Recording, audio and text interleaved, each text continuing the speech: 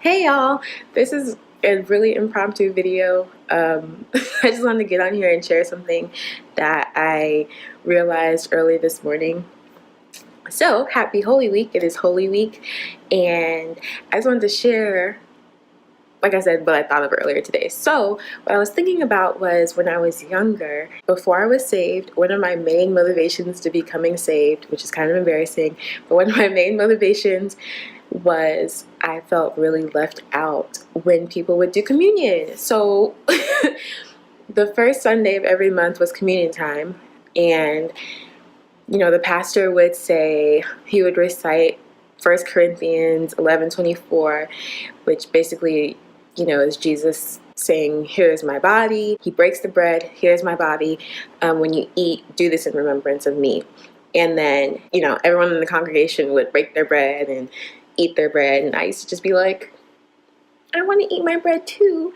And then the pastor would recite 1 Corinthians 11:25, which is, this cup is the new covenant of my blood. Drink this, and when you do it in remembrance of me. Everyone would shake up their drink, and then they would pop the top and drink their juice, which I used to think was wine, but like it was just grape juice. But everyone would drink their grape juice. And I used to be like, well, I'm going to do stuff in remembrance of Jesus too. Like, why don't I get to partake in this? So really, that was the main motivation behind me getting saved when I was younger. But this morning, I just kept thinking, what am I doing every day? Not just on Sunday, not just on Communion Sunday. What am I doing every day in remembrance of Jesus? What am I doing to remember his body? What am I doing to remember the blood that he shed for me? What am I doing to remember him being nailed to the cross for me, for my sins, for my freedom? What am I doing daily in remembrance of Jesus? And so I just want to encourage you guys to have that mindful thought every day, or as often as you can, honestly, because are we still those kids? I don't know about you guys. I know that I was that kid who remembering Jesus was what happened for communion. But I want all of us to consider what we're doing daily in remembrance of Jesus and the sacrifice he made and the blood that he shed, especially now in the middle of Holy Week.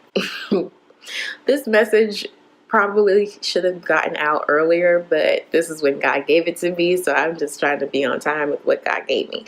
So I want us to really be mindful about what we're doing to remember Jesus during the week. If that's just spending that extra time in quiet time with God to think about, what Jesus has done for us and think about what we're doing with what Jesus has done for us. Are we striving to be more like Jesus every day? Are we living in the freedom that Jesus has given us through his blood?